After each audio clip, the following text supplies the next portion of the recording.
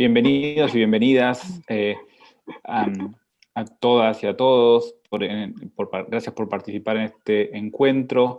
Este encuentro en realidad es la primera conferencia dentro del ciclo de charlas que tenemos aquí en Espigas, cuyo título es Trayectorias Archivísticas en América Latina. A lo largo de este año vamos a tener 4 encuentros. Ustedes ya pueden ver en la página de Facebook el anuncio de los 2 primeros encuentros que van a ser cada 2 semanas.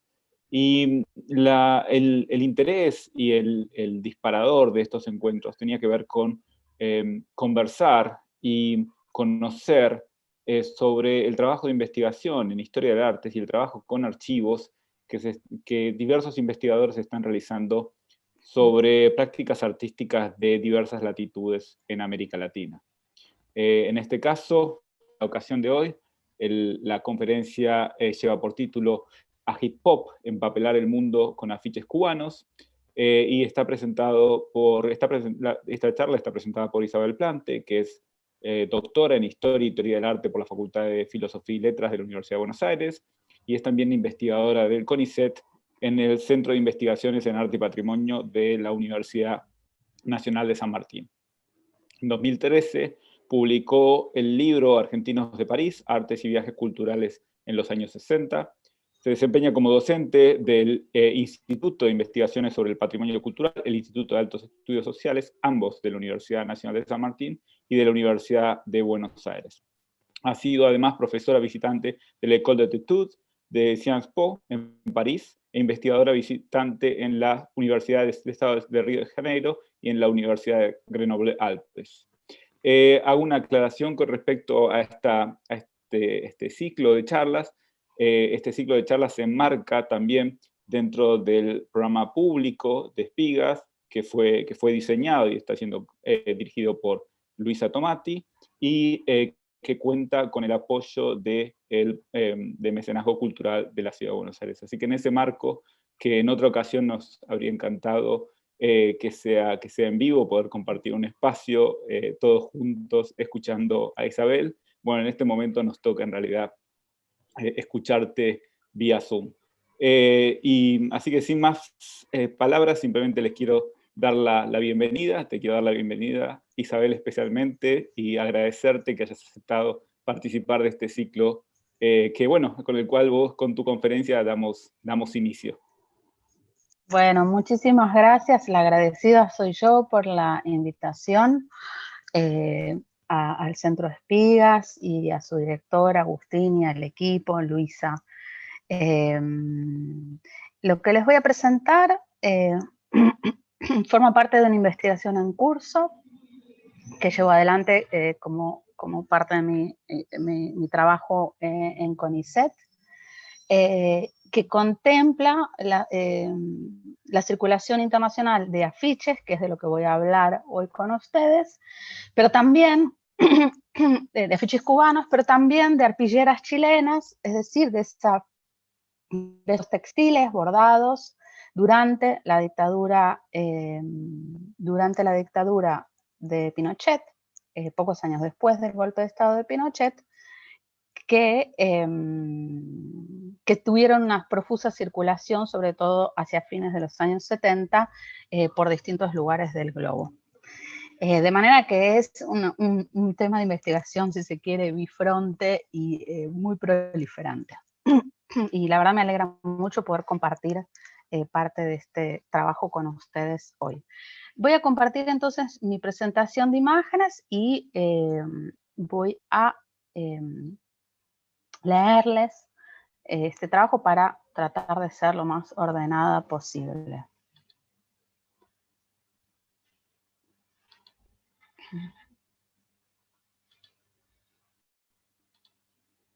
¿Se escucha bien, no es cierto? No Perfecto. veo a nadie, pero supongo que sí. Perfecto, se escucha perfecto, gracias. Bien. Es muy raro esto de estar hablando sola, pero bueno. Esperen que voy a poner... Estamos acá, Isa, no te preocupes. Te escuchamos. Sí, sí. Igual ya me acostumbré a esta altura del año, imagínate. Bueno, muy bien. En 1977, el Centro de Creación Industrial del flamante Centro Nacional de Arte y de Cultura Georges Pompidou, en París, organizó la exposición itinerante Cultura y Revolución. A ver si me deja pasar esto, esperen un momentito. Ahí vamos. Cultura y Revolución, el afiche cubano contemporáneo, que reunió unos 130 afiches realizados en la isla. En su texto introductorio, la curadora Hélène Laroche aclaraba que la suya no era la primera iniciativa en dar a conocer la importancia y la originalidad de la gráfica cubana. Afirmaba que los franceses ya habían tenido oportunidad de ver carteles cubanos gracias a algunos artículos de prensa y también en virtud de la exposición de 1971 en el Stedelijk Museum de Ámsterdam y del Salón de la Sociedad de Artistas Decoradores de 1975.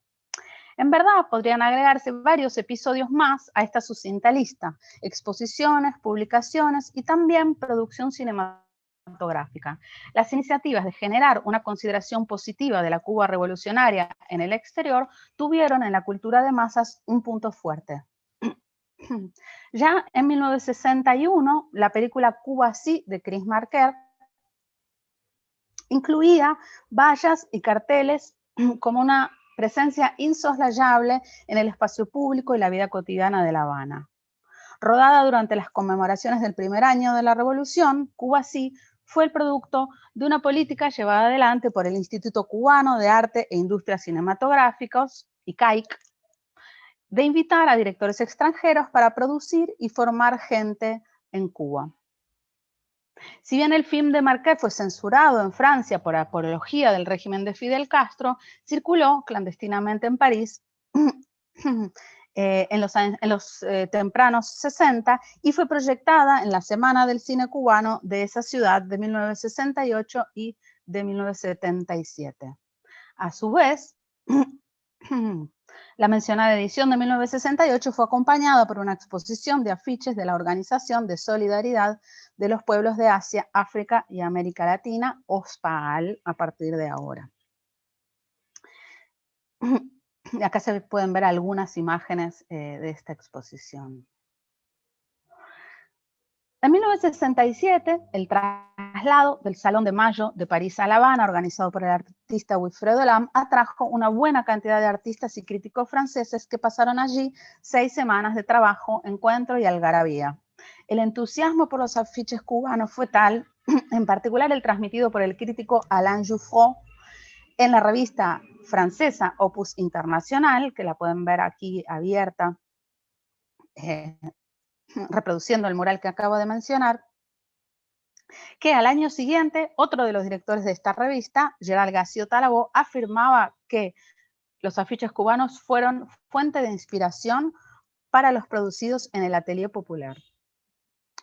El crítico argumentaba que los artistas y estudiantes que imprimieron carteles día y noche durante mayo y junio de 1968 conocían la cartelística cubana a través, por ejemplo, de la revista que él mismo y Jouffroy dirigían.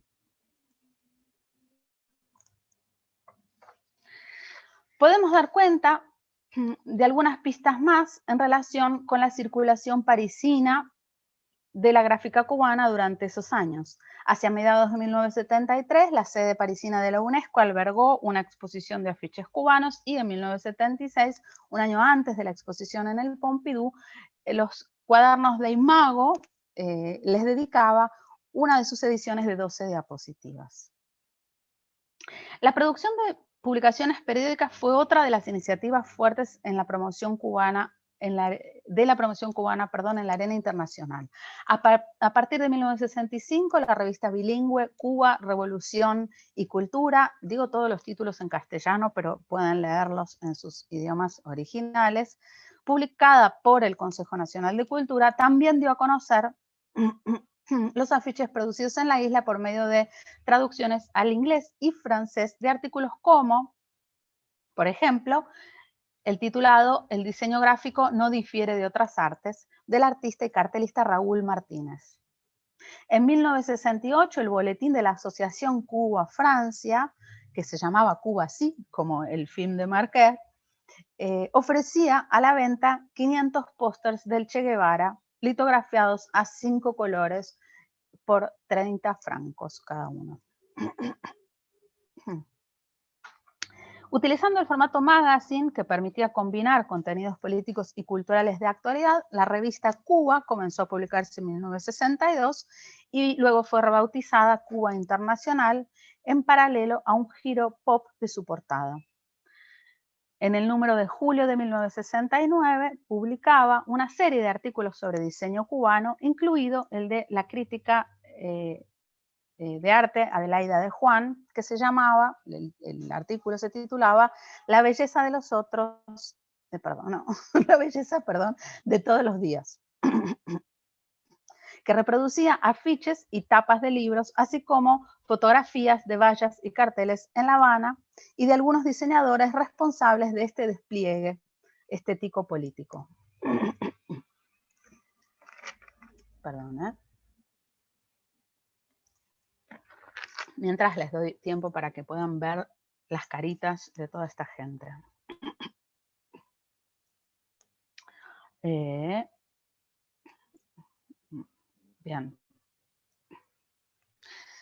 Félix Beltrán, de la Comisión de Organización Revolucionaria, COR, del Partido Comunista Cubano, Héctor Villaverde, de la misma revista Cuba Internacional, Humberto Peña, por Casa de las Américas, Antonio Reboiro, por el ICAIC, Alfredo Rostag, por la revista Tricontinental de la OFAL, y Raúl Martínez, por el Instituto del Libro, entre otros.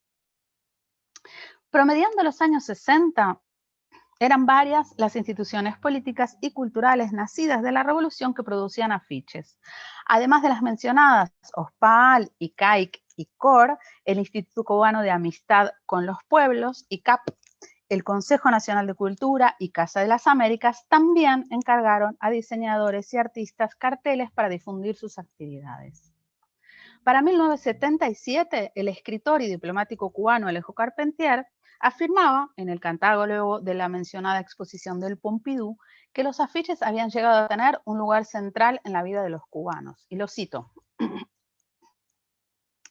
Toda conmemoración, todo evento, todo deber de nuestra vida colectiva se acompaña de afiches que componen, de cierto modo, por su imagen, una crónica viviente, contemporánea, de la historia de nuestro proceso revolucionario. El escritor cubano señalaba además, y vuelvo a citarlo, por su alta calidad, el afiche ha devenido difusor de la cultura por sí mismo, expresión permanente, aunque en constante renovación, accesible a todos de una realidad nueva. Fin de cita. En efecto, si la circulación de los afiches dentro de la isla es la clave para la identificación de los cubanos con diversos líderes y programas de Estado, fuera de la isla contribuyeron a ofrecer una imagen atractiva de la Cuba revolucionaria. Al tiempo que eran una suerte de extensión de los mejores aspectos de la revolución, adquirieron cierta autonomía en términos de producción artística. Esta conferencia se propone compartir materiales de una investigación en curso sobre la circulación mundial de los carteles cubanos dentro de una revista como parte de exposiciones diversas o impresos en libros y revistas en varios idiomas. Voy a presentar algunos casos significativos que nos permiten pensar a los afiches en términos de intervenciones estético-políticas de un arte efímero y público que traspasó las fronteras nacionales para proyectar sus efectos a distancia. La pregunta por las condiciones de la circulación mundial de los afiches cubanos desde mediados de los años 60 se nos presenta como clave para comprender su consolidación como la producción visual emblemática de una América Latina de vocación revolucionaria. Caso 1, Susan Sontag y The Art of Revolution. En 1970, la editorial neoyorquina McGraw-Hill Book Company publicaba el primer libro dedicado a los afiches cubanos que tuvo circulación internacional. The Art of Revolution, compilado por Dougal Stermer, tuvo casi al unísono ediciones en español, alemán, florentín, serbo-croata y sueco. Se trata de una edición de gran formato que reproduce en colores más de 90 carteles producidos por las instituciones cubanas mencionadas y lleva en la tapa parte de uno de los carteles más conocidos, Canción de Protesta de Alfredo Rostag. que pueden ver ahí la flor por detrás, digamos, del escenario de Casa de las Américas en ocasión del encuentro. Perdón, ¿eh?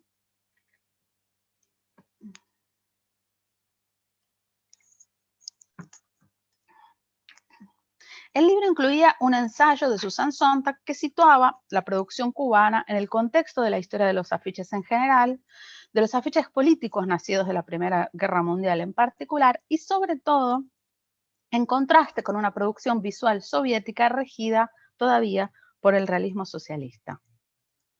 Sontag había viajado a Cuba en enero de 1969 y de regreso había publicado un artículo sobre esta experiencia en la revista Ramparts,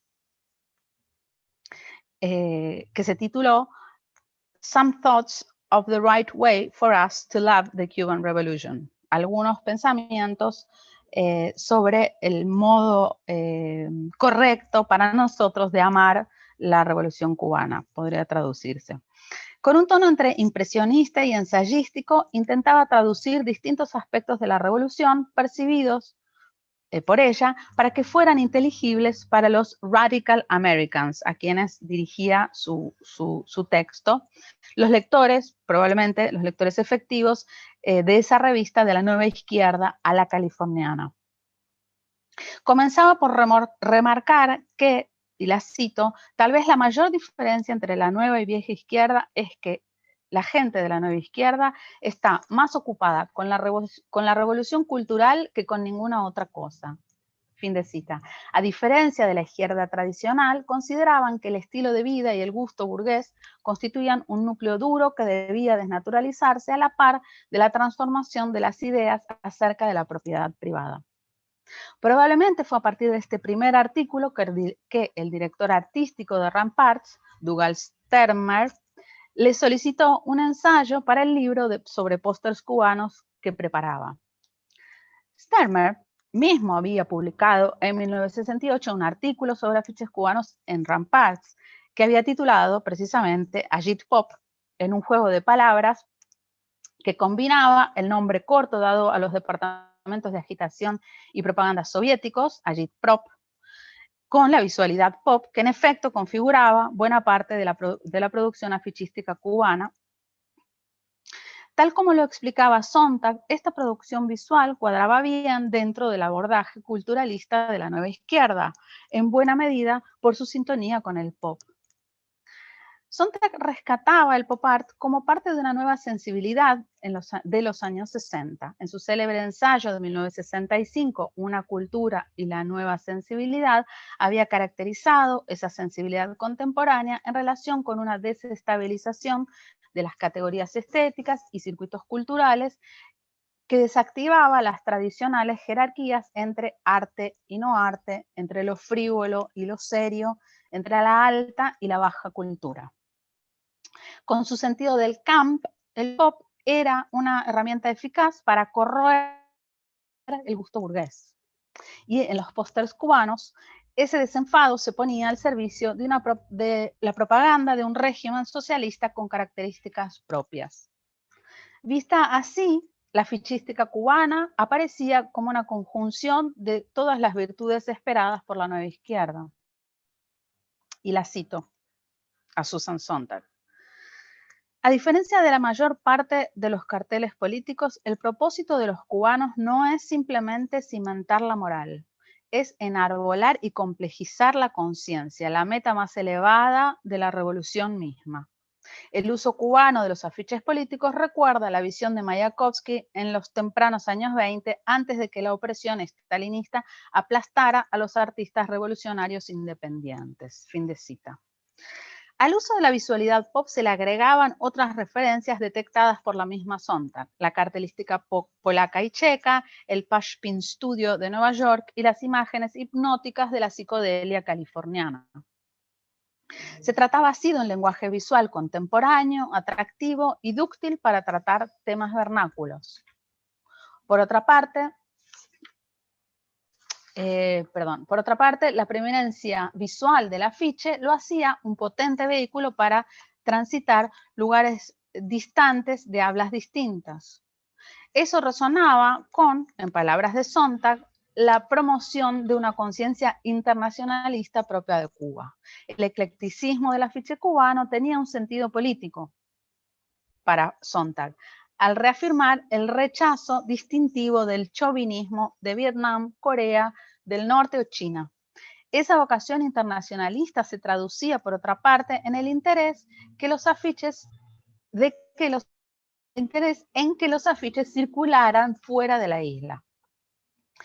Nacidos a fines del siglo XIX, del desarrollo industrial y consumo capitalistas, así como de la innovación gráfica, los afiches fueron en sus inicios piezas de promoción publicitaria de productos ajenos a las primeras necesidades. Se diferenciaban de otras piezas gráficas por su preeminencia visual y su objetivo de seducir o exhortar. También se diferencian por su destino a la intemperie en el espacio público y su eficacia en generar una comunicación al paso. Durante los años 60 tuvieron nuevo auge en relación, por un lado, con el desarrollo de las imágenes institucionales de corporaciones que se hacían transnacionales. Pero parte de esta producción gráfica se diferenció del diseño moderno de posguerra por medio de la utilización de recursos visuales y materiales provenientes de la ilustración, del pop y de la cultura psicodélica que introdujeron un gusto por el riesgo y la sutileza. Emergió un diseño alternativo en el que las elecciones estilísticas se usaban para indicar pertenencia joven, rocker, hippie o política. Lo que Joanna Drucker y Emily McBurnish llaman gráfica pop contribuyó así a definir identidades en un amplio espectro de contextos. A su vez, cuando Sontag escribía su ensayo para el libro, el póster había ganado un lugar inédito en los espacios privados. Los afiches, tengo que pasar al próximo. Bien. Los afiches, afirmaba Sontag, se han transformado en uno de los objetos culturales más ubicuos, apreciados por ser un arte popular, económico y sin pretensiones. Es un objeto privado estándar en las salas, habitaciones, baños y cocinas de los jóvenes de las burguesías americanas y europeas. Fin de cita. En las grandes ciudades se vendían en diversos comercios e incluso había negocios especializados en pósters. Tal como lo describía el joven Nicolás Casullo, me refiero al filósofo argentino, en su diario de viaje de 1968, en los negocios de París colgaban sin jerarquías imágenes de lo más variopintas. Voy a citarlos, es una cita un poquito extensa, pero me parece muy linda. Pero me voy a tomar un traguito de agua para poder leerla bien.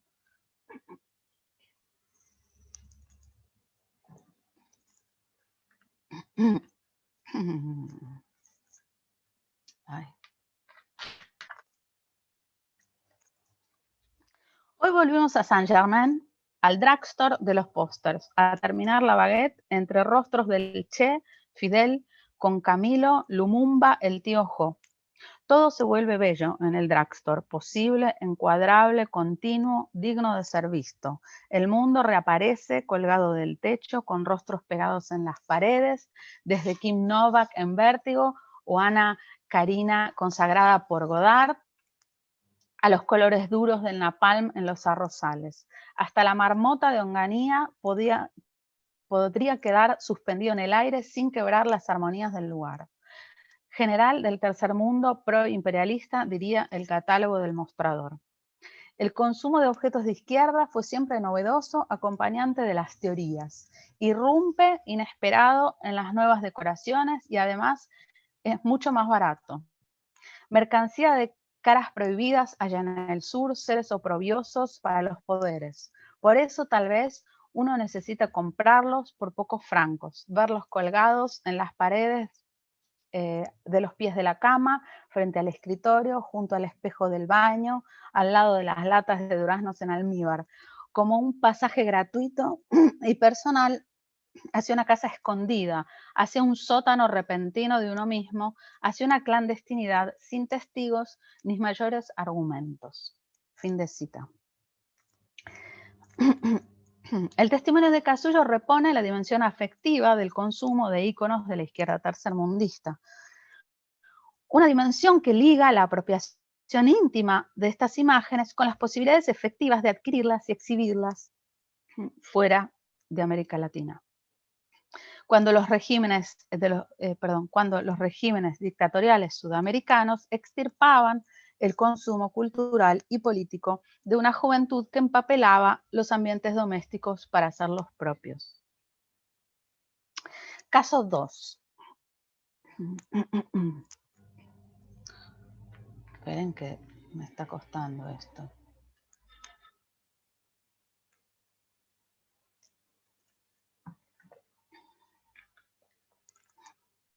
Los carteles de la OSPAL.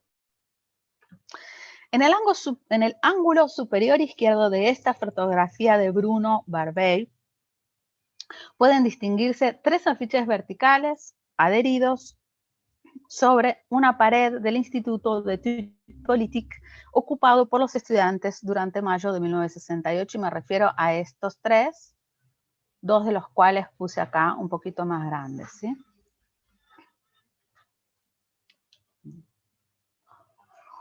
En uno de ellos, las palabras Viet y Nam, en una tipografía maciza, parecen abollar una bandera norteamericana como si fuera una lata. En otro se lee Black Power en blanco sobre el negro de las fauces abiertas de un felino negro.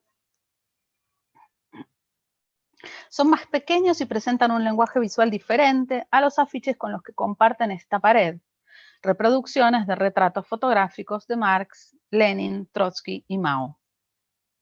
Los 3 fueron producidos, los 3 pequeños afiches, por la OSPAL y llegaron a París doblados dentro de la revista Tricontinental que esa organización editaba y enviaba por correo a distintos lugares distantes. La OSPAL había sido fundada en enero de 1966, después de la conferencia tricontinental realizada en La Habana, que había reunido delegados de Guinea, Congo, Sudáfrica, Angola, Vietnam, Siria, Corea del Norte, la Organización para la Liberación Palestina, Puerto Rico, Chile y República Dominicana. La agenda de la organización se centraba en la divulgación de noticias sobre la actividad antiimperialista en el tercer mundo y en la propaganda lanzada con el objetivo de generar empatía y apoyo para esas causas de liberación. En este sentido, la resistencia de Vietnam a la invasión de los Estados Unidos resultaba un caso emblemático que Ernesto Che Guevara había retomado para su célebre llamado de incógnito en Bolivia a crear, y cito su frase, 2, 3, muchos Vietnam, publicado, que fue un texto que él publicó con ese título en la revista Tricontinental. Según el militante y tipógrafo suizo Richard Frick, a quien tuve la ocasión de conocer en un festival del afiche en La Habana hace unos años, la tirada inicial de Tricontinental fue de 50.000 ejemplares y pronto pasó a 60.000 publicados en español, inglés y francés. Estas cantidades ofrecen una idea de la escala que la organización pretendía dar a su misión internacionalista. Coleccionista de afiches políticos, Frick ha realizado la catalogación más exhaustiva de los carteles de la OSPAL, que reúne unos 350 afiches. Los primeros 3 tenían un formato pequeño y reproducían retratos de los líderes de la lucha por la liberación en África y en América Latina. Patricio Lumumba del Congo, Dulcios Lima de Guatemala, Augusto César Sandino de Nicaragua. En esos primeros carteles, se sustituían los textos por traducciones en inglés o francés, pero luego fueron proyectados en 4 idiomas en el mismo impreso: castellano, inglés, francés y árabe. En los años entre 1967 y 1970 fueron prolíficos. Se crearon y enviaron alrededor de 100 carteles realizados bajo la dirección artística de Alfredo Rosgaard, quien realizó algunos afiches notables utilizando el plegado como parte del diseño. Este es el mismo afiche, ¿no? De un lado y del otro, plegado y abierto. La producción de afiches venía a reforzar o tal vez a iniciar las tareas de propaganda con imágenes de alto impacto y resoluciones de diseño que permitían comprender a qué región se aludía y de qué se trataba el conflicto en cuestión. Los diseñadores utilizaron recursos similares a los de los afiches turísticos que apelan a referencias icónicas tipificadas de culturas nacionales, locales o étnicas. Esas referencias iban a veces combinadas con representaciones de armas, en tanto índices del conflicto que animaba la realización misma del cartel y que a su vez lo desmarcaba de las imágenes placenteras que supone la promoción de destinos turísticos. La trayectoria de Richard Frick, en verdad es Richard Frick porque es suizo-alemán, resulta elocuente respecto de la circulación internacional de estos carteles. Este militante y coleccionista cuenta que vio por primera vez los afiches de la OSPAL en Zúrich en algún momento de la primera mitad de los años 70, antes de conocer la isla. En esa exposición recuerda haber adquirido unos pocos. El referido a Laos, de Ernesto Padrón Blanco, Solidaridad con Vietnam, de Olivio Martínez Vieira, y el cartel de Che Guevara, realizado por Jesús Forjans Boade, que retoma en clave tipográfica el retrato emblemático de Alberto Korda, del fotógrafo Alberto Korda. En 1976, Frick pudo realizar su primer viaje a Cuba. Para ese momento, recuerda, conocía la edición sobre carteles cubanos de Rudolf Lutz de 1972, y ahí tienen la portada, y también la versión en alemán del libro de 1970 con el señero ensayo de Susan Sontag que comentamos recién. Para Frick, por medio de los afiches de los PAAL, y lo cito, los movimientos de liberación habían recibido una auténtica voz, a la vez que creaban una contraofensiva publicitaria. Fin de cita. Esas percepciones compartidas en la época pueden resultar paradójicas o antitéticas cuando se considera el tipo de visualidad de muchos de estos carteles, cercanos al pop en sus resoluciones sintéticas de colores plenos y vivaces, con frecuencia remitían o bien al American Way of Life o bien a la contracultura californiana. La visualidad, la trama misma de las imágenes de los afiches, daba cuenta tanto de la vocación internacionalista de los PAL como de que el imperialismo tenía consecuencias culturales. El pop era tal vez el único lenguaje posible para estos afiches trilingües concebidos desde la Cuba revolucionaria para generar interlocutores en todo el mundo. No hemos dado aún con la lista de suscriptores de aquella época, pero sabemos, por ejemplo, que Emory Douglas, el artista de las Black Panthers, que colaboró con algunos diseños de carteles para la OSPAL, recibía la revista en los Estados Unidos. A su vez, en su catalogación, Frick incluye algunas falsificaciones que circularon en esos años para desacreditar a los PAL, algo que también contribuye a vislumbrar el impacto que estos afiches tuvieron en aquellos años de auge del tercermundismo. Y vamos con el caso 3, está mal el número en la diapo.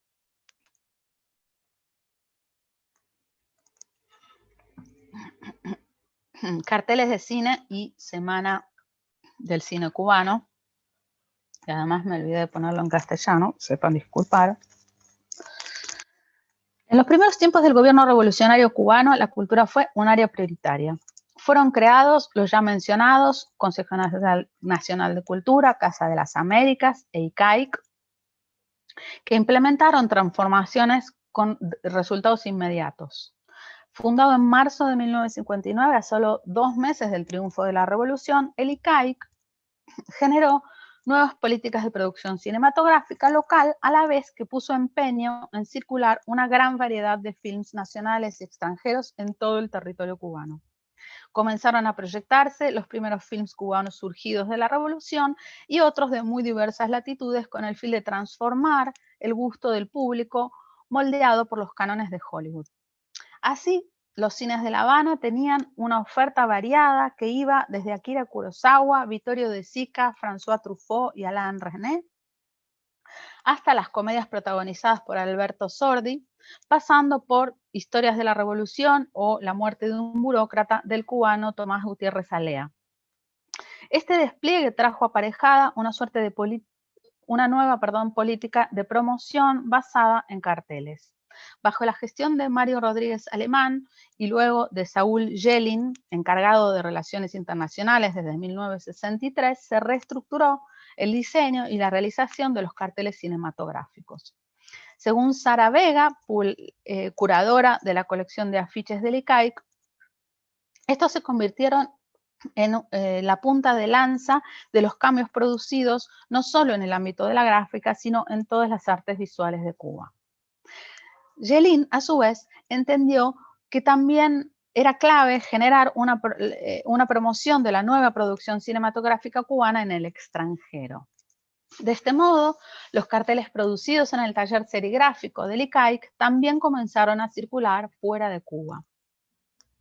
En ocasión de las Semanas del Cine Cubano promovidas por el ICAIC conjuntamente con otras instituciones de ciudades diversas, los afiches acompañaron a las películas para promocionar su proyección en el extranjero.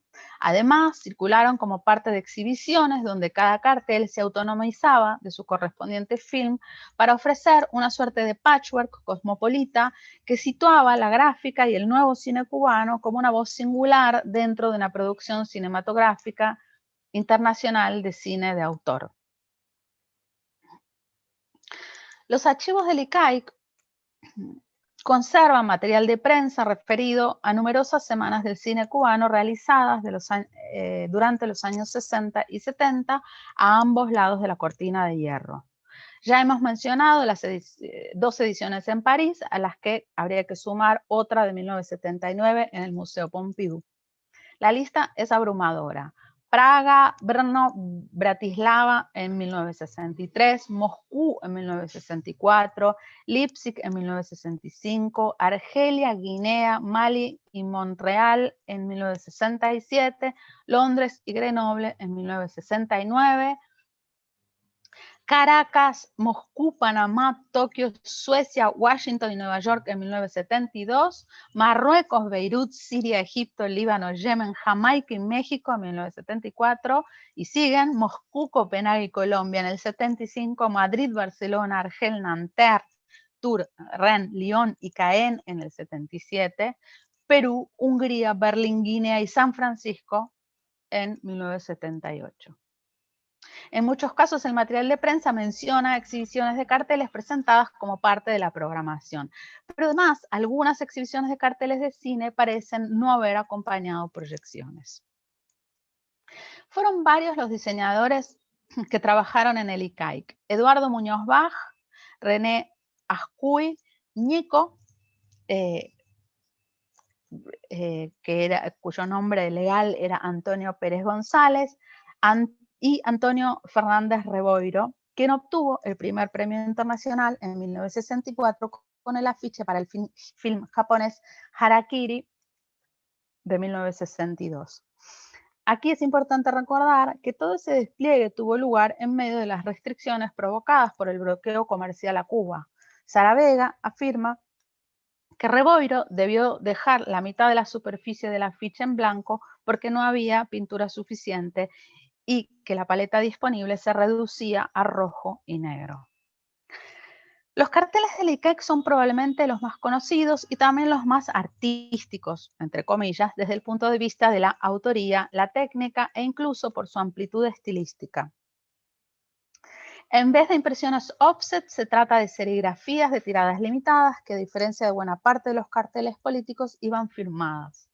A su vez, la variedad y riqueza de los recursos gráficos los diferencia, por ejemplo, de los afiches de la OSPAL, que presentan un aspecto más estandarizado y en este sentido resultan más ligados al diseño moderno. En el desarrollo de la técnica serigráfica en el ICAIC se utilizó la misma técnica que usaba Eladio Rivadula Martínez, serigrafista de gran pericia, la técnica que Eladio había aplicado durante los años 40 y 50, calando máscaras a mano en un material plástico menos rígido que el acetato de radiografía. El periodista y escritor Leonardo Padura Fuentes cubano, recuerda que fue un paso abrupto, y lo cito, fue un paso abrupto del cartel promocional típico, el cowboy con revólver humeante en la mano o la bella joven con mirada vampiresca, al de una muy libre interpretación artística de una obra de arte plasmada en otra obra de arte. Y resultó, sigue Padura, y resultó el territorio más renovador y libre de la propaganda cubana de la época, tal y como se concebía o se debía concebir en un país sumado al sistema socialista. Fin de cita. En su interpretación, los diseñadores de afiche de cine tomaron un lenguaje renovado del cartel proveniente de Polonia, que pudieron aplicar con mayor libertad porque se trataba del campo cinematográfico y no del político. En este sentido, no resulta sorprendente que a la hora de generar una imagen del régimen hacia el exterior, los carteles de cine hayan tenido un lugar clave en las políticas culturales cubanas, pero tampoco que hayan suscitado particular aceptación e interés en quienes querían ver en Cuba un oasis igualitario y libre. Para finalizar ya, en su texto de 1970, Susan Sontag ofrecía un diagnóstico de la circulación internacional de los afiches cubanos que no estaba a la altura de todas las virtudes señaladas. A pesar del, en palabras de Sontag, florecimiento de los últimos años, decía, la afichística cubana es apenas conocida, debido al aislamiento de Cuba del mundo no comunista impuesto por las políticas de los Estados Unidos. Y ponía el ejemplo del libro de Harold Hutchins, The Poster and Illustrated History from 1860, publicado en 1968. Hutchinson no exceptúa a Cuba de su desestimación general de América Latina como lugar donde se originan afiches de buena calidad. Fin de cita. Sontag estuvo entre los primeros intelectuales en tomarse en serio los carteles cubanos. Primeros intelectuales no cubanos, ¿no? Por cierto. Su artículo inaugural tuvo como soporte un libro que tenía la difusión internacional de la afichística cubana como objetivo y la empatía con el régimen de Fidel Castro como punto de partida. Para fines de los años 70, cuando se hizo la exposición del Pompidou que comentamos al inicio, la situación era otra, gracias a una serie de esfuerzos que acompañaron la vistosa profusión de carteles impresos en la isla. La cartelística cubana parece haberse estabilizado como la producción visual emblemática de una América Latina de vocación revolucionaria tan cara a los años 60. Si la forma en espiral del mural Cuba Colectiva, que los artistas provenientes de Francia habían pintado en La Habana en ocasión del Salón de Mayo del 67, sugería la energía centrífuga de la Revolución Cubana, tal como lo sugiere Paula Barreiro López, podría pensarse que el lenguaje visual de los carteles cubanos fue su pasaporte para una circulación centrífuga efectiva, motorizada por algunas instituciones cubanas, pero también por los interesados en dar a conocer y coleccionar la circulación internacional de los carteles mostraba la cara más sofisticada y comprometida de la Cuba revolucionaria. Muchas gracias.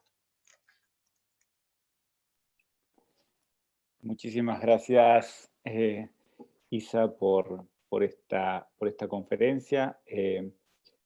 Dejo de compartir, ¿no es cierto? Dale, así nos vemos y nos pueden comenzar a ver el diálogo. Aprovecho y si quieren realizar preguntas, tienen dos chats disponibles, el chat del Zoom y el chat del Facebook. Vamos a estar levantando las preguntas que quieran hacer y las vamos a ir transmitiendo para que sigamos conversando un poco. Y creo que es muy interesante todo lo que planteaste, porque nada, presentando este programa yo les había comentado que una de las cosas que concebimos es justamente pensar las relaciones entre las prácticas artísticas en América Latina con en vínculo con otras geografías que van más allá del eje norteamericano o europeo y demás. Y es muy apropiado comenzar con esta charla porque justamente lo que hace, lo que vos has presentado es lo interesantísimo, digamos, cuál es el tipo de geografía que estos pósters construyen, tanto en las referencias que hacen en las alusiones en cuanto a los lenguajes, y también, por supuesto, en la circulación material, como póster o como reproducción. Entonces, esa geografía tan compleja que puede ir desde Asia, África, otros países de Centroamérica, trabajando sobre temáticas que también pueden referirse tanto a Vietnam como al mayo francés. Y justamente yo tengo dos preguntas como para hacerte, como para comenzar con esta charla sobre este tema, y uno tiene que ver específicamente sobre la circulación de estos afiches en África. Vos mencionaste, bueno, justamente mencionabas el tema de los afiches de los festivales de cine cubano, y la cuestión tanto de las culturas afroamericanas como la cuestión de los procesos de liberación africano, de independencia africano post Segunda Guerra Mundial, aparece fuertemente dentro de las temáticas abordadas en los afiches. Pero mi pregunta es, y quizás te quería preguntar si vos tenías referencia o registro de eso, sobre la circulación de los afiches en los festivales. Porque el afiche tiene, justamente como vos le dijiste, esa relación también pública, ¿no? De un arte que se pone en la calle, etc. Más allá de la otra dimensión que también mencionaste, que es la del póster guardado en el espacio privado, del adolescente que se compra el póster y lo pone en la pared. Pero me preguntaba si habías encontrado registro de la circulación de estos pósters en todos los festivales, post años 60, me imagino el Festival de Senegal del 66, el Festival de Argelia del 69, el Festac 77 en Nigeria, sí, que también tiene una visualidad muy característica, cuyos pósters a su vez son muy conocidos, digamos, circulan mucho. Me preguntaba si esos afiches habían circulado en África, más allá de lo que vos dijiste justamente, el Festival de Cine, la circulación del Festival de los festivales de cine cubano, que sí mencionaste tú una serie de ciudades en las cuales Gracias. circulan. Agus, mira, la verdad es que África, bueno, ya lo dijiste, digamos, el nivel de proliferación y de dispersión de estos materiales es absolutamente inabarcable, ¿no? Por eso me decidí por la estrategia de concentrarme como en episodios o en casos que fueran como contundentes y significativos para pensar, digamos, un proceso del que una investigadora, digamos, además con una financiación bastante limitada, si bien he logrado financiación para viajar, la realidad es que a África no logré ir, y no sé muy bien, la verdad es que mi respuesta podría limitarse a un no lo sé. Y esto tiene que ver en parte con el tema de los archivos, que es un poco, digamos, el leitmotiv de este cierre de actividades de espigas, ¿no? Y es que, por un lado, el archivo de ICAIC en La Habana tiene a ver, las condiciones de conservación en la isla son calamitosas por motivos climáticos y por motivos económicos, con lo cual el material que pude ver, que es específicamente unas carpetas sobre las semanas del cine cubano,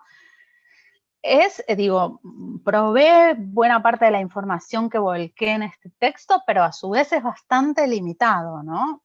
Con lo cual lo que yo intenté hacer es reponer, digamos, información y complementar ese archivo con, por ejemplo, el archivo del British Film Institute, para el caso de la Semana del Cine Cubano en Londres, en fin. Y el tema de África lo tengo, muy poco mapeado. Sería muy lindo poder incorporar, aunque sea un lindo caso de circulación africana, te lo debo por ahora. Pero bueno, el dato de los festivales de cine que me estás comentando puede ser una linda punta para ver qué es lo que efectivamente se pudo hacer.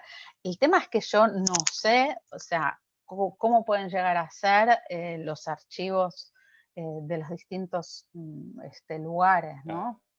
Bueno, es Además, interesante. pensar en la materialidad misma de los afiches, ¿no? Digo, son papeles, Bueno, es al como la menos documentación. sí conozco que han estado trabajando sobre el archivo del Festac 77 Ah, en Nigeria, y sí. sobre eso ha aparecido una publicación hace muy poquito con Shimurenga, el proyecto Shimurenga, que ellos han estado investigando. Y yo justamente, aparentemente hubo un envío de una persona incluso desde Argentina, que no está mencionado, que no es un envío oficial, digamos, al festival, pero me imagino que la participación también, una participación importante a través de los afiches, porque un poco lo que vos también estás conversando y presentando es ese, llamémosle, solapamiento por momentos entre la circulación del afiche y las alianzas políticas de los países del tercer mundo durante los años 60 y 70. Y obviamente África tenía un rol central, o sea, pensemos en el nacerismo,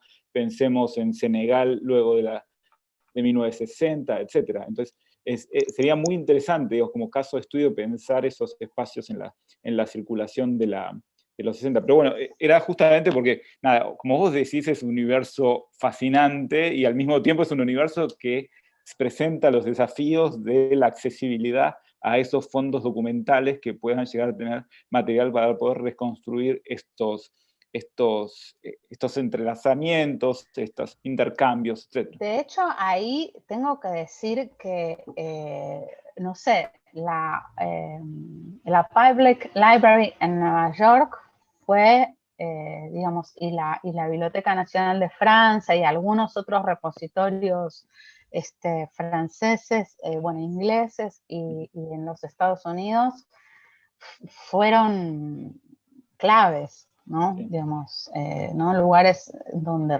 había una política muy sostenida de conservación de materiales que incluyen también fílmico, en fin, ¿no? Materiales, bueno.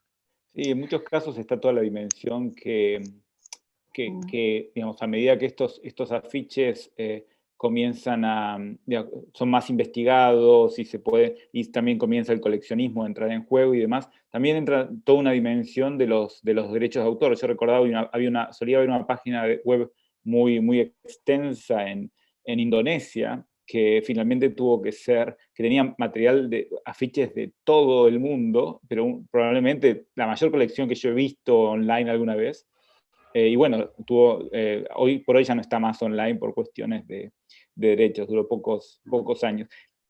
Continuando con esto que venimos charlando, quería hacerte otra pregunta, que es también, es curiosidad, si es algo con lo cual te encontraste en el proceso de, de investigación, y recordaba específicamente los afiches del Taller del Seco en Puerto Rico, que son afiches que claramente, o sea, es un afiche donde el afiche ya no es solamente la asociación, obviamente, con los procesos de liberación, de independencia, sino específicamente con la teología de la liberación, y con el grupo de sacerdotes del tercer mundo, y eso es un discurso que es muy importante. Vos, de hecho, algunos aparecían en el PowerPoint que estabas mostrando, pero mi pregunta es si eso es llamémosle una temática, que aparece dentro de los afiches cubanos, o en cambio la relación entre Cuba y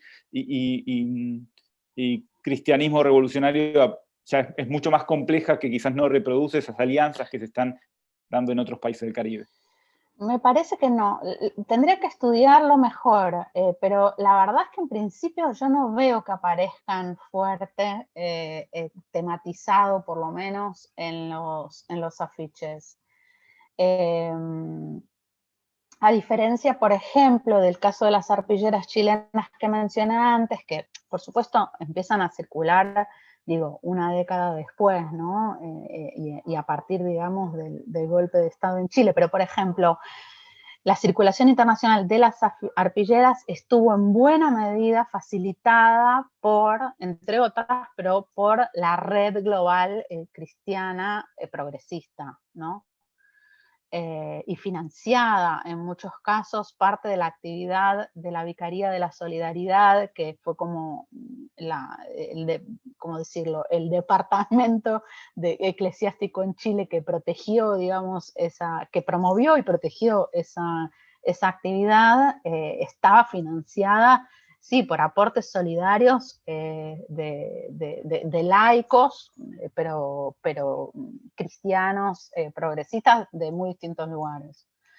Pero yo en los afiches, la verdad es que no sé, no lo veo, no lo vi por lo menos hasta el momento, no aparece como un tema de primera importancia, ¿no? No así lo que es la lucha armada, porque también hay que pensar, ¿no?, que está como la estrategia del foquismo y el tema de la guerrilla en agenda, sobre todo en la OSPAL.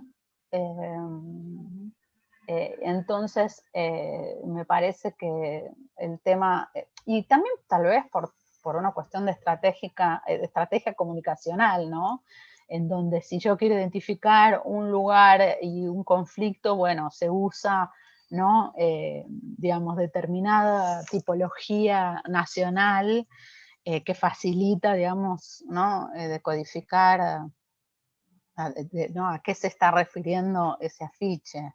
Tal vez por eso también, ¿no?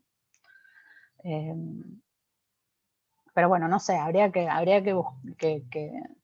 digamos, que seguir trabajando, que profundizar el asunto. Y ya con esto termino, y ya también le invito a Luisa para que resume el diálogo y también podamos ir hacia las preguntas que están apareciendo en el chat. Y es simplemente también una curiosidad, pero me preguntaba cuando vos, sobre los archivos o sobre las instituciones que conservan fondos de archivos y que tienen justamente, que tienen afiches, pósters, etc. En general, en los archivos que vos has visitado, los pósters son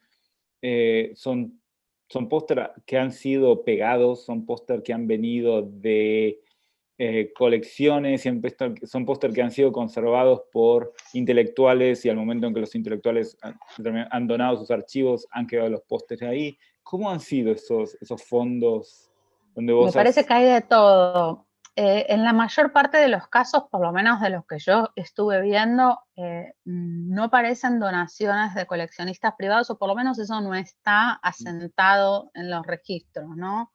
No sé, en relación sobre todo con los afiches del Mayo francés, no creo que hayan, que están en la Biblioteca Nacional de Francia y que de hecho están digitalizados, y usé algunas de esas digitalizaciones están subidos online, quiero decir, Claro. digitalizados. Está bueno verlos porque si bien no se notan las marcas del uso, sí se ve el tipo de materialidad bastante rudimentaria, ¿no? Que muchas veces los afiches, porque reproducen bien, los vemos reproducidos con un grado de postproducción, digamos, muy alto, en donde no se ve prácticamente restos de su materialidad, que es clave para precisamente esa circulación y que además está muy vinculada a las circunstancias en las cuales se produjeron, ¿no? Los afiches cubanos, no sé, por ejemplo, el Museo del Afiche de Varsovia, el caso de la conexión con Europa del Este lo saqué porque no daba para hablar de todo, pero me parece otro punto que da para bastante, la conexión sobre todo, sí, con la escuela polaca afichística. Hay un museo creado en 1968 que alojó la Bienal de Afiches que se hizo a partir del 66 en Polonia, y que era muy, muy internacional. Había realmente de todo, desde afiches soviéticos hasta afiches norteamericanos, de donde quisieras, digamos. Son catálogos absolutamente proliferantes. Y ahí tienen una enorme cantidad de afiches. Esos afiches son el producto de los envíos a la Bienal, tienen más de 300, si no me equivoco, de los envíos a la Bienal, de una exposición que se hizo en 1971 en el Museo de Afichística Cubana específicamente. Digamos, los afiches son obras que, bueno, el día de hoy posiblemente esto haya cambiado, pero no es obras que iban con courier y aseguradas, ¿no? Son cosas que van enrolladas y se quedan a donde sea que hayan sido enviadas, ¿no? Entonces me parece que diría que la mayor parte de las colecciones de afiches que hay en distintos lugares, por lo menos aquellas que yo pude ver hasta el momento, se formaron más bien de ese modo, ¿no? Perfecto, fascinante. No sé, por ejemplo, perdóname, me caen algunos casos. Hay una colección muy linda de afiches cubanos en el Victoria and Albert Museum, que pude ver en marzo, en un viaje que hice justo antes del cierre, digamos, de fronteras por el tema de la pandemia. Y esa fue una donación particular. De esa sí, por ejemplo, tengo como información, y fue un galerista, era una exposición que se hizo en una galería. Estoy tratando de seguirle el perfil al galerista por ahí, de hecho te pido ayuda para el tema, para el tema Inglaterra. Y bueno, y entraron al museo después de haber sido exhibidos por donación de esta persona. Que era un tipo de izquierdas, en fin, ¿no? Digamos, también es gente que tiene afinidad política, ¿no? Claro, y mencionaste un elemento central para la preservación de de los pósters, que tiene que ver con, obviamente, la materialidad, ¿no? O sea, incluso la materialidad que en algunos casos atravesaba directamente las características visuales del póster. Muchas veces las serigrafías no tenían el dinero suficiente quizás para hacer varias pasadas en distintos colores. Eso al menos pasaba en Puerto Rico. Bueno, entonces tenían que hacer, hay un famoso póster, si mal no recuerdo, es de Martorell, que es sobre la batalla en Argelia. Y claro, y el póster aparece en distintos colores, porque hacerlo en un solo color implicaba quedarse sin ese color, digamos. O también la calidad de los papeles, que también es central para luego... nada, en que general eran malos los papeles, sí, totalmente. Bueno, aprovecho y Sí, perdón, te interrumpí. No, sí, que sí, totalmente. El tema de la materialidad es realmente crucial. Digo, a ver, está como en las condiciones de posibilidad de que circularan con tal profusión y en las condiciones de dificultad, si se quiere, de su conservación, de su conservación a larga data. Claro. Sí. Bueno, aprovecho y Luisa se suma también al diálogo y para comentar y para sumarse a la charla y también comentarnos las preguntas que están viniendo a través de las redes sociales. Vale. Sí. Bueno, muchas gracias, Isa, muy buena. Muy buenas las imágenes, además, y gracias por compartirlas. Que aprovecho a leer los comentarios. Bueno, te estuvieron dejando saludos por Facebook también, pero te comento las preguntas.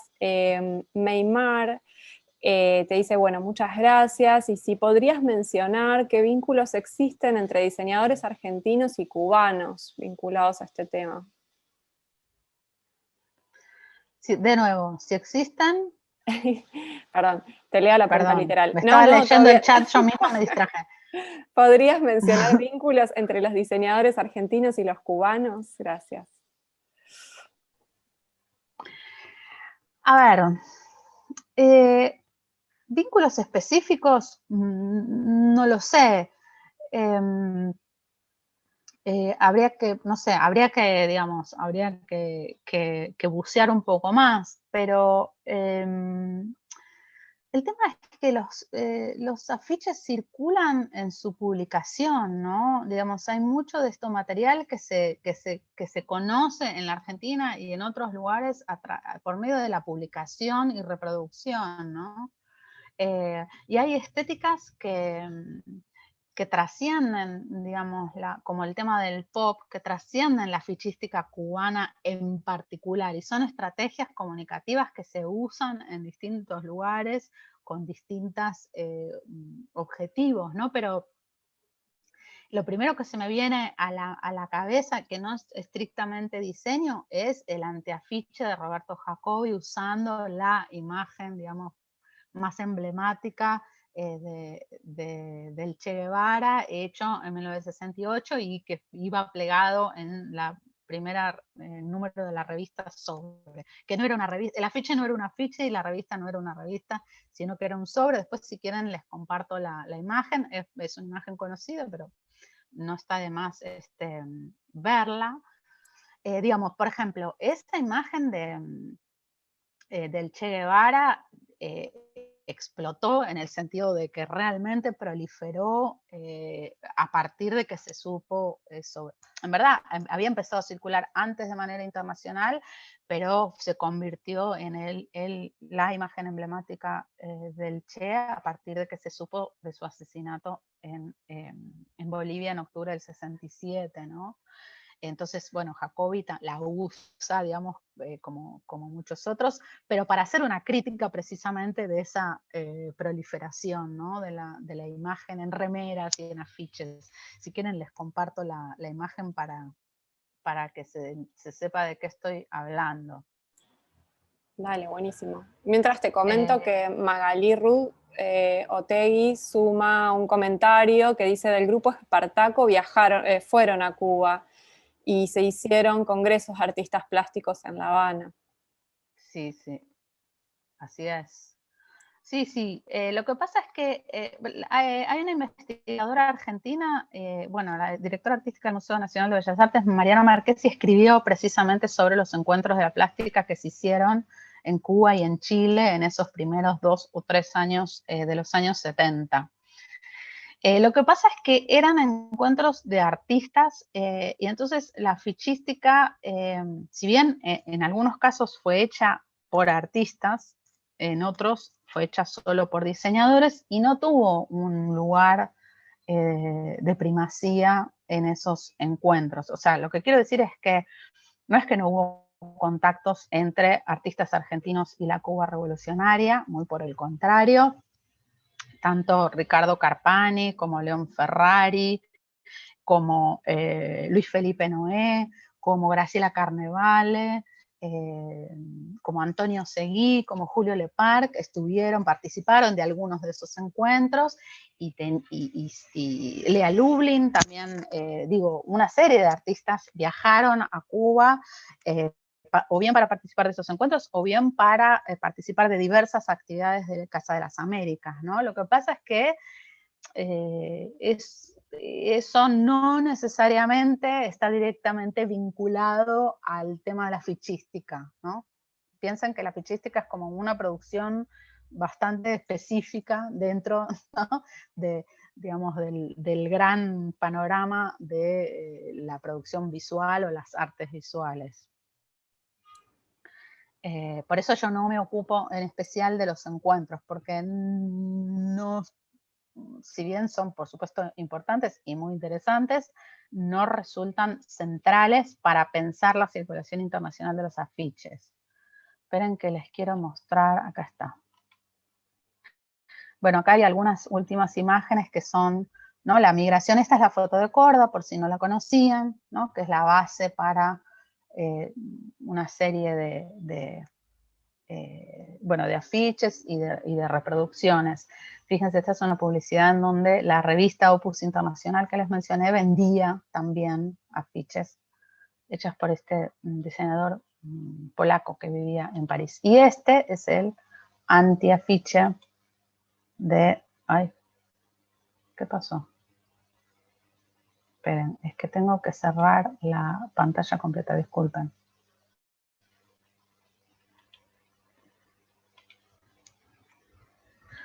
A ver, ahí va.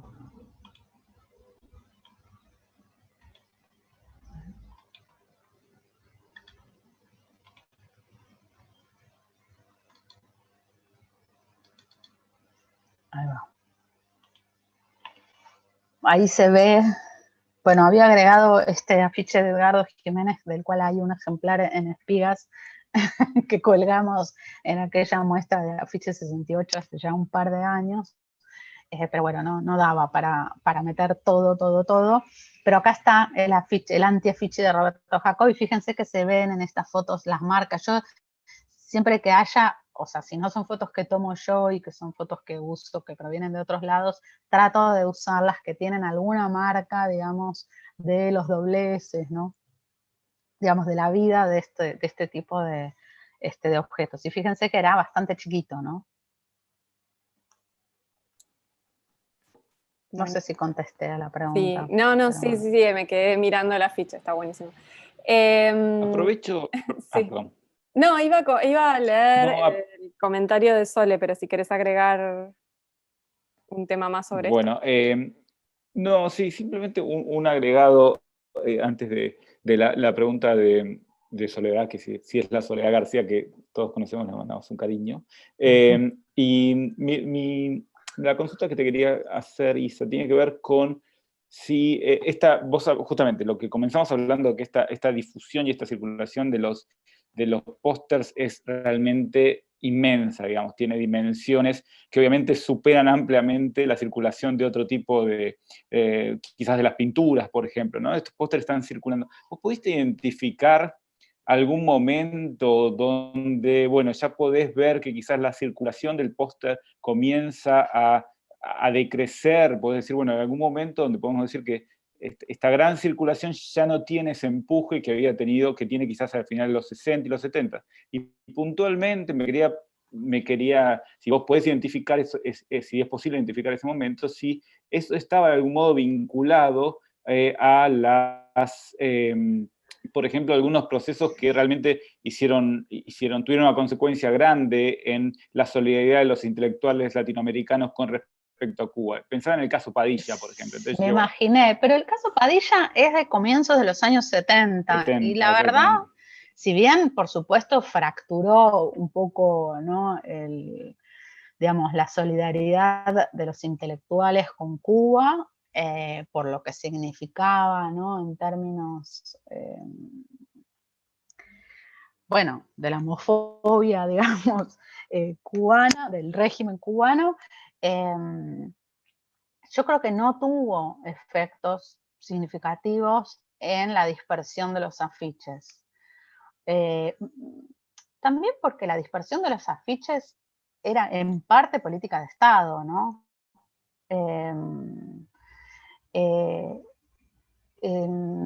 No sé, me parece que esa exposición del Pompidou por donde empiezo es un punto de llegada, es como, me parece que ese fin del año 70 es posiblemente el momento de mayor visibilidad, ¿no? Tal vez todavía me faltan, digamos, no sé, como algo más del orden de lo estadístico para poder para poder confirmarlo con, digamos, con información consistente. Pero en los años 80, lo que pasa es que en los años 80 también cambió el diseño cubano, ¿no? Cambiaron muchas cosas.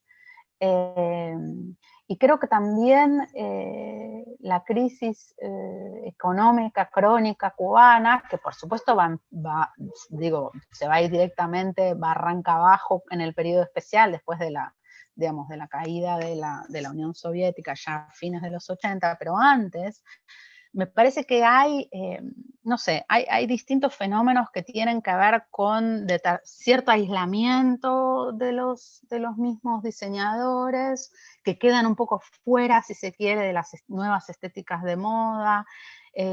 Posiblemente falta de financiamiento para poder tener nuevas tecnologías en la isla. Me parece que hay que es un fenómeno complejo, que tiene varias caras, que no necesariamente está directamente vinculado a los posicionamientos, digamos, de la intelectualidad respecto de Fidel y del régimen, ¿no? O en todo caso, por ahí incluían ese tema, pero me parece que lo excedían. No sé, en lo que tengo, digamos, rastreado por el momento, creo que, y en parte por eso elegí estas dos producciones tan diferentes entre sí, ¿no? Como los afiches cubanos y las arpilleras chilenas, que este tema yo lo armé hace bastante, todavía era investigadora asistente de CONICET, con lo cual tenía directora, y mi directora, Laura Melosetti Costa, en ese momento me dice, pero Isa, ¿por qué vas a juntar esas dos cosas? Y yo creo que la convencí, pero bueno, en fin, porque efectivamente tienen materiales diferentes, pero además tienen periodizaciones, y es parte que lo que me parece interesante es que son periodizaciones escalonadas, ¿no? Y que cubren, digamos, un arco tercermundista, ¿no? En donde, digamos, los afiches cubanos la inician, ¿no? En esos primeros años de la década del 60, y las arpilleras chilenas los cierran a partir de mediados de los 70, y con una gran proliferación de exposiciones a fines de los años 70, ¿no? Y comienzos, pero sobre todo fines de los años 70, creo que es como el momento de mayor visibilidad internacional de las arpilleras. Bueno, no estoy segura si contesté, perdón. Buenísimo. Bueno, nada, aprovecho también la saludo a Sole, si es la Sole García que creemos.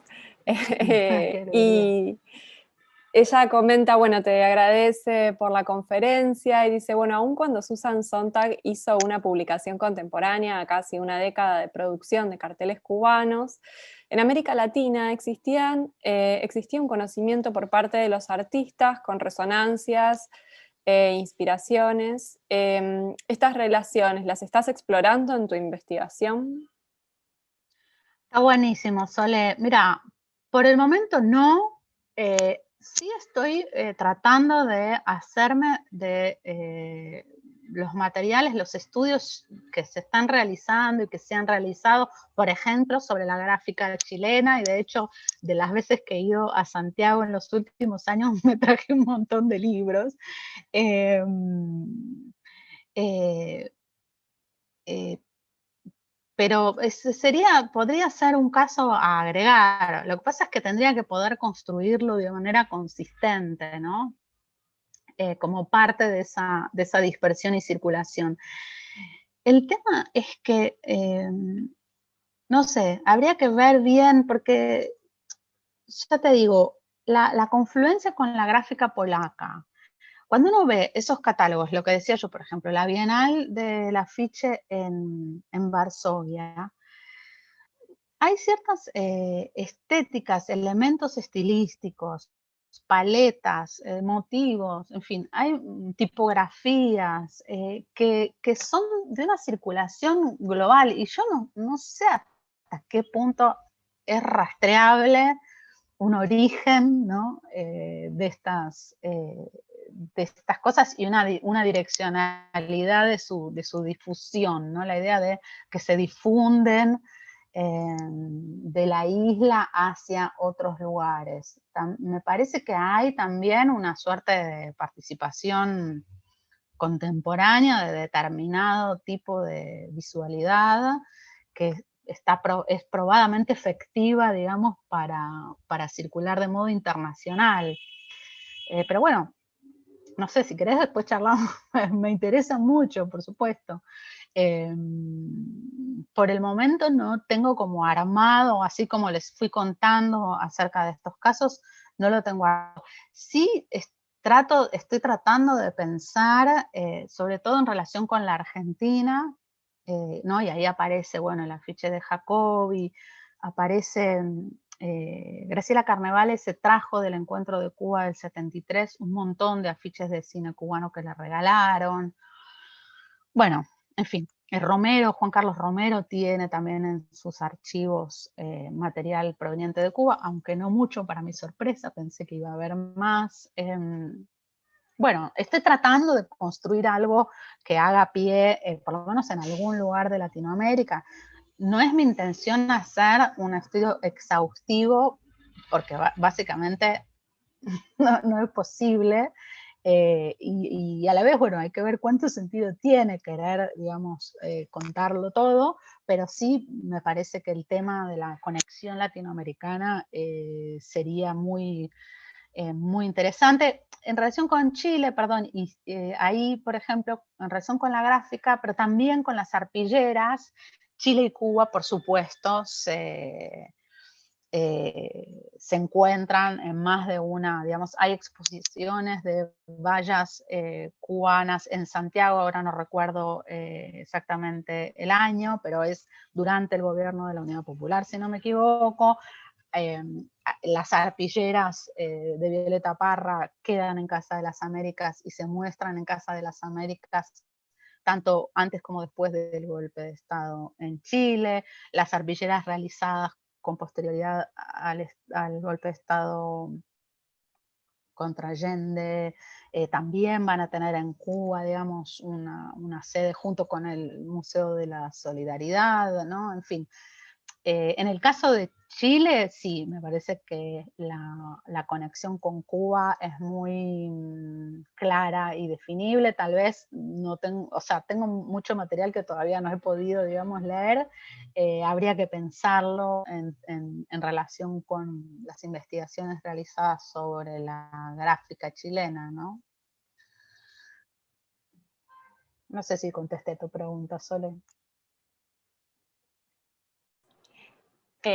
Aprovecho para invitar, si alguien tiene más preguntas, nos quedan unos minutitos todavía, si quieren aprovechar para hacerle una pregunta directamente, abrir el micrófono, están más que invitados e invitadas a hacerlo. También, Agus, si vos querés comentar algo, completar algún comentario. No, pensaba si habías podido, me imagino que esto es algo que en algún punto tuvo lugar también. No digo la circulación del chablón, porque me imagino que circula un chablón, pero sí la circulación de ciertas imágenes que son repetidas en distintos contextos en el proceso de producción de pósters. Si habías visto eso o de apropiaciones que aparecen quizás en esos estudios que vos estás realizando sobre Europa del Este, de reapropiación ya de algunos motivos que sí son reconocibles, que no tienen que ver con un determinado lenguaje, sino que... Sí, yo no sé, motivos así, tal cual, digamos, como los clichés, como se aprovechan los clichés para, digamos, para la impresión de periódicos, no he visto por el momento. Tampoco tal vez los he buscado, ¿no? Pero en el caso de Europa del Este, digamos, hay por lo menos 2 de los diseñadores cubanos que estudiaron en Polonia, ¿no? Villaverde y César Mazzola van a estudiar un par de años a mediados de los años 60 en la Escuela Polaca de Diseño. Entonces van a interactuar de manera directa con los profesores que son grandes diseñadores y en muchos casos cartelistas polacos, célebres, ¿no? Y hay otro episodio que me parece que es muy interesante en relación a ese intercambio, aunque tal vez no específicamente como digamos, del modo en que me lo estás preguntando, que es la visita a la isla de 3 diseñadores polacos. Alguno era profesor de esta escuela, pero no los 3, que tienen, digamos, contacto con la gráfica cubana de primera mano y que van a publicar artículos en una revista que se publica en la isla, creo que en 1970. Por un lado, consejos técnicos, por ejemplo, acerca del uso de la fotografía en la fichística, ¿no? De los procesos fotográficos de reproducción de imágenes, pero de la inclusión de la foto, digamos, como parte de la ficha, que da muchas veces esta impresión collagística, ¿no? Que es bien europea, digamos, de la escuela polaca y checa. Pero también hay otro artículo que me encantaría poder sentarme a escribir un lindo paper sobre eso, y le dan con un palo los polacos a la fichística cubana. bueno, no sé, me parece que también... ¿Recordás por qué le dan la tensión? ¿En qué se producía la tensión? ¿En una cuestión formal? No me acuerdo ahora, pero no me acuerdo ahora. He leído, o sea, tengo cantidad de material, no les puedo explicar la cantidad de materiales que yo tengo acopiados. A la vez, no sé, por ejemplo, en relación con Susan Sontag, hace unos días, Gabriela Rangel, hoy directora del Museo de Arte Latinoamericano de Buenos Aires, me decía, ojo que parte de el archivo de la American Society, de la parte de literatura de la American Society, si no me equivoco, se donó a la Universidad de Princeton. Y ahí hay material sobre el viaje de Susan Sontag a La Habana. No sé, cosas que van, o sea, yo fui al archivo de Susan Sontag que está en UCLA y tengo algunos materiales sobre ese texto, ¿no? Digamos, tipografiado y tachado, un cuaderno de notas muy interesante, en fin. Entonces pensé que tenía unos materiales que daban para poder hacer un paper sobre ese caso. Y de golpe resulta que no, o en todo caso que debería poder complementar ese material que yo tengo con aquello que efectivamente esté en Princeton. Bueno, la verdad es que este año 2020 yo tenía previsto una serie de compromisos y de trabajos y de invitaciones que me iban a permitir, digamos, ir como completando, ¿no?, el álbum de figuritas para poder armar ya papers y publicaciones más definitivas con todo lo definitivo que se puede hacer en historia del arte, ¿no? Pero, bueno, veremos cuándo puedo seguir con eso, si es que puedo seguir o si tengo que cambiar de tema y dedicarme a otra cosa. Realmente esperamos que no. Esperemos que no. Puedas continuar. Esperemos que no sea así. No, ojalá sí puedas avanzar con la investigación y bueno, nada, presentarla también. Te invitamos ya a presentarla cuando la tengas más avanzada. Bueno, aprovecho, ya estamos en el límite de tiempo, pero quería aprovechar para invitar a los participantes, a las participantes, al próximo encuentro que va a ser en 2 semanas con Gloria Cortés Aliaga. Se pueden inscribir en el formulario que les enviamos para poder mandarles al recordatorio. Y si no, la pueden seguir también por Facebook. Lo vamos a estar anunciando por las redes sociales. Y bueno, no sé si quieren sumar algo más, si no yo les agradezco a todos y a todas la participación. A Sisa. También el agradecimiento a los participantes, pero también, por supuesto, el agradecimiento especial a vos, Isa, por la charla y por compartir con nosotros esta charla sobre afiches. Bueno, muchas gracias, encantada. Ya ven que es productivo también compartir los materiales cuando todavía están siendo amasados, ¿no? Bueno, espero que haya sido de interés y mil gracias por la invitación y será hasta la próxima. Muchísimas gracias. Gracias y un saludo a todos.